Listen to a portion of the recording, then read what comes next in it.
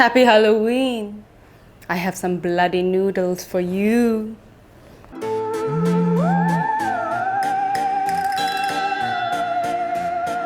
For many people, Halloween is an excuse to get jacked up on candy, but I only believe in that if you're younger than 16 years old. So if you're, let's say, a little more mature, we can do Halloween in a more adult way. I'm going to show you my bloody beetroot pasta.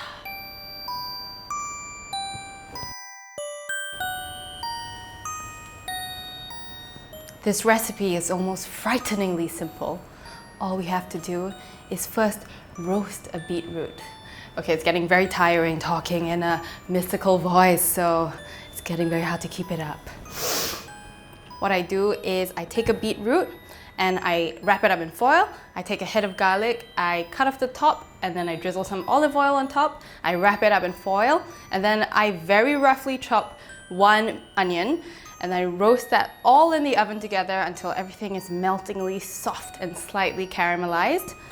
And when it comes out of the oven, this is what it looks like. And this is basically the base of the beautiful bloody sauce. You might have guessed by now, but there is no blood involved, unless you are very clumsy indeed. The sauce has a beautiful bloody color from the beetroot, and basically we take this. What I'm gonna do is I'm going to rub off the skin of the beetroot. So just open up the foil, and then I'm gonna take kitchen paper and rub off the skin. It's very simple. And then I'll plonk the whole thing into the blender. Open up the head of garlic. It should be really soft and melting and caramelized. And I'm just gonna squeeze all of that beautiful soft pulp into the blender as well. And then the caramelized onion that was roasted in the oven goes in as well. I'll add a bit of water just to make sure it's nice and smooth, and a pinch of salt. And just blend it till it's nice and smooth.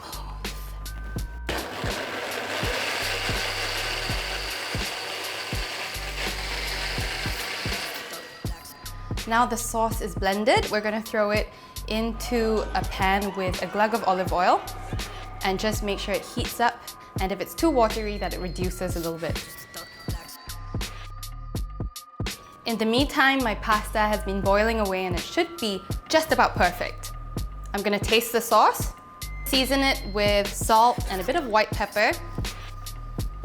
And now the perfectly al dente pasta goes in with a ladle full of pasta water. I actually cook the pasta so it's a little bit hard in the center because I want it to cook in the sauce. The starch that comes out of the pasta really helps the sauce to thicken up and coat every single strand of silky pasta. That looks bloody beautiful. It's perfectly cooked, so let's serve it up into a pasta bowl. Just a few finishing touches. A scoop of Greek yogurt on top for that creamy tanginess. Next, a beautiful juicy scoop of ikura or salmon roe. I love how the little balls pop in your mouth. And a final dusting of some finely cut chives. I just use a pair of scissors to cut them finely right on top.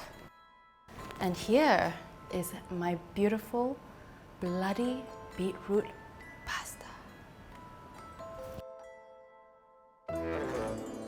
Every plate of bloody pasta needs a bloody good drink to go with it, so I'm making a cocktail called Cold Blood. It's a play on a Negroni without any gin. The base is rye whiskey, and it's just equal amounts of rye whiskey, sweet vermouth, and Amaro, which is an Italian bitter. It's a bitter liqueur, it's really beautiful, and I love this drink. So just equal amounts go into a mixing glass with a big cube of ice, and we stir until it's really nice and frosty. It is cold blood after all. When it's perfect, strain it into a glass. To your good health for now.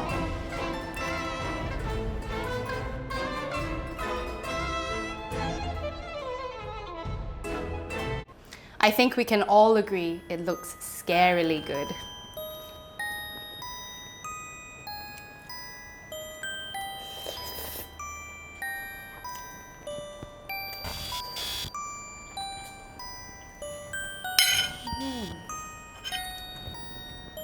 Dear friends, do remember to subscribe, like, and follow, or else.